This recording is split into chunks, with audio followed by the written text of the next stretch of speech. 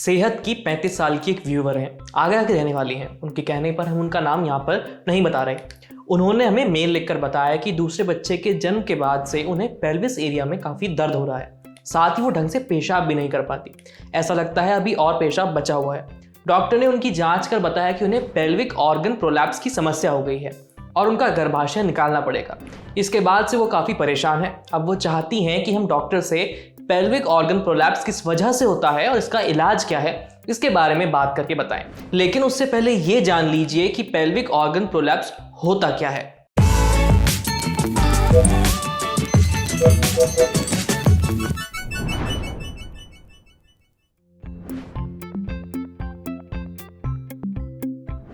ये समस्या है वजाइनल या यूट्राइन प्रोलैप्स, या जिसको हम बड़ी सिंपल भाषा में कहते हैं कि जो गुप्तांग होते हैं या बच्चेदानी होती है वो नीचे आ जाना या बाहर की तरफ आने लगना।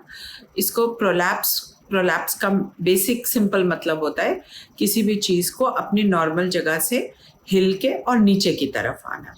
वजाइनल या यूट्राइन या ब्लैडर या रेक्टम, इन सब का प्रोलैप्स तकरीबन वजाइनल मसल्स के ढीले होने की वजह से या जो पेल्विक फ्लोर मसल्स हैं उनके डैमेज होने या कमज़ोर होने या ढीले होने की वजह से होता है। सबसे कॉमन रीज़न स्पेशली हिंदुस्तान जैसी सिचुएशन में मसल वीकनेस, और मसल वीकनेस का सबसे कॉमन कारण जल्दी बच्चे होना, बहुत सारे बच्चे होना, नॉर्मल डिलीवरी के दौरान ज़ोर लगाना या पुश करना या पैरों के बल बैठ के डिलीवरी लेने का प्रोसेस करना, इसकी वजह से पेल्विक फ्लोर के मसल्स ढीले हो जाते हैं, फट जाते हैं और समय के साथ साथ ये ऑर्गन सारे बाहर आने लगते हैं। कई बार अस्पतालों में जब डिलीवरी करते हैं तो डिलीवरी के टाइम नीचे के स्किन और मसल्स में एक छोटा सा कट देते हैं जिसको एपिजियोटमी बोलते हैं। ये एपिजियोटमी पेल्विक फ्लोर मसल्स को डैमेज करने में बहुत रोकथाम करती है। घर में हुई डिलीवरीज या दाई द्वारा हुई डिलीवरीज, इन डिलीवरीज के दौरान अक्सर ये एपिजियोटमी नहीं दी जाती, जिसकी वजह से मसल्स काफ़ी हद तक डैमेज हो जाते हैं। इसके अलावा क्रॉनिक खांसी होना, क्रॉनिक कॉन्स्टिपेशन या कब्ज होना, पेल्विस के अंदर कोई ट्यूमर होना, कि तरह के कैंसर्स होना, ये सब भी आम रीज़न हो सकते हैं पेल्विक फ्लोर प्रोलैप्स या टिश्यूज़ बाहर आने के। कई बारी बच्चेदानी का ऑपरेशन होने के बाद, यूट्रस निकलने के बाद अगर रिपेयर एडिक्वेट ना हो या ठीक से ना हुआ हो तो भी पेल्विक फ्लोर प्रोलैप्स हो सकता है। और बहुत रेयरली ये जेनेटिक कारणों की वजह से भी हो सकता है। ज़्यादातर लोग सीधे से आकर यही बताते हैं कि मेरा वजाइनल एरिया में से कुछ बाहर निकल रहा है। सबसे ज़्यादा कॉमन कंप्लेंट ये होती है। इसके अलावा कई लोग ये कंप्लेंट लेकर आते हैं कि यूरिन बार बार जाना पड़ता है, या पेशाब की थैली पूरी तरह खाली नहीं होती, उंगली डाल के उसको खाली करना पड़ता है, या मोशन करने जाते हैं, स्टूल पास करने जाते हैं तो वो पूरी तरह नहीं निकलता। वजाइनल एरिया में हाथ डाल के पीछे को प्रेशर करके फिर स्टूल पास होता है या एरिया खाली होता है। और कई सिर्फ ये बताते हैं कि आपसी संबंध रखते हुए या इंटरकोर्स के टाइम तकलीफ होती है या पेन होता है या डिस्कम्फर्ट होता है या वजाइनल ब्लीडिंग होती है इंटरकोर्स के टाइम, या सिर्फ पेल्विक प्रेशर, कमर में दर्द। कई लोग इस कंप्लेंट के साथ आते हैं। डायग्नोज करना बहुत आसान है। ज़्यादातर तो जैसे गायनेकोलॉजिस्ट एग्जामिन करते हैं, पर स्पेकुलम या वजाइनल एग्जामिनेशन करते हैं, डायग्नोसिस उसी में ही क्लियर हो जाता है और कुछ बहुत लंबा चौड़ा करना नहीं पड़ता इसको डायग्नोज करने के लिए।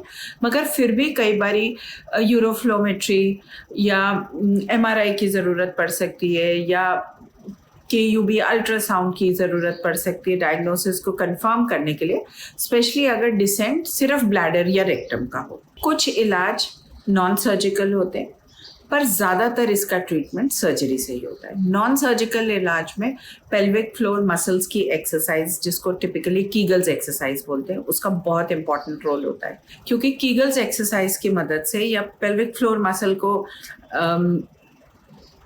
दृढ़ करने से या एक्टिव करने से कई बार ये समस्या का समाधान बिना सर्जरी के हो जाता है।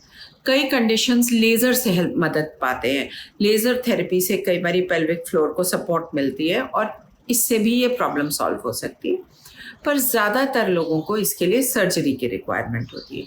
अगर सिर्फ ब्लैडर या रेक्टम नीचे आए तो पेल्विक फ्लोर रिपेयर करने से कई बारी सॉल्यूशन मिल जाता है, पर अक्सर यूट्रस रिमूवल की ज़रूरत पड़ती है, स्पेशली अगर यूट्रस और वजाइनल वॉल्स या बच्चेदानी और वजाइना की वॉल्स बिल्कुल नीचे आ रही हों। तो वजाइनल हिस्ट्रेक्टमी और उसके साथ एक pelvic floor repair, cystocele repair, rectocele repair करने से इसका सॉल्यूशन निकलता है। कई लोग मगर वजाइनल पेसरी, जिसको छल्ला भी बोलते हैं, उसके डालने से भी लाभ पा सकते हैं। मैल न्यूट्रिशन, अनीमिया प्रिवेंट करना, अच्छा खान पान, डिलीवरी के बाद आराम से रेस्ट करना, अच्छी डाइट लेना, खून की कमी ना होने देना, डिलीवरीज को स्पेस आउट कराना, जब 2 बच्चों के बीच में काफ़ी समय देना कि बॉडी को और पेल्विक फ्लोर को रिपेयर होने का टाइम मिले, ये सब चीज़ें कुछ प्रिवेंटिव होती हैं।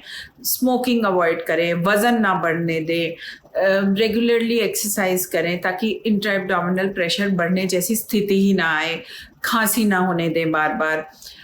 कोई आपको पेल्विस में डिस्कम्फर्ट या पेन लगे तो तुरंत डॉक्टर से कंसल्ट करें।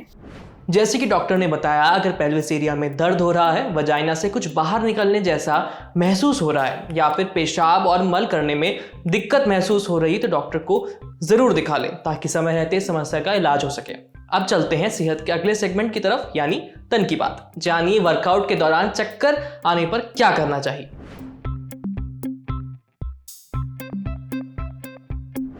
अक्सर वर्कआउट करने के दौरान ऐसा लगता है कि चक्कर आ रहा है, ऐसा लगता है कि सिर घूम रहा है। अगर ऐसा हो तो घबराने की ज़रूरत बिल्कुल भी नहीं है, क्योंकि celebrity fitness instructor Yasmin Karachiwala ने अपने इंस्टाग्राम पेज पर एक पोस्ट किया है जिसमें उन्होंने बताया है कि एक्सरसाइज करने के दौरान अगर चक्कर आता है तो क्या करें और ऐसा होता क्यों है। यास्मीन बताती हैं कि वर्कआउट के दौरान चक्कर आने का कारण है बॉडी में पानी की कमी और ब्लड शुगर में अचानक से गिरावट आना। साथ ही कई बार जिम की मशीनों को एक ही डायरेक्शन में घुमाने से भी चक्कर आ सकता है। कई बार दिल की धड़कन कभी तेज और कभी धीरे हो जाती है, ये भी चक्कर आने का एक कारण हो सकता है। ऐसे में आप घबराएं नहीं, एक जगह आराम से बैठ जाएं और सिर और आंखों को स्टेबल करने के लिए 3 एक्सरसाइज करें।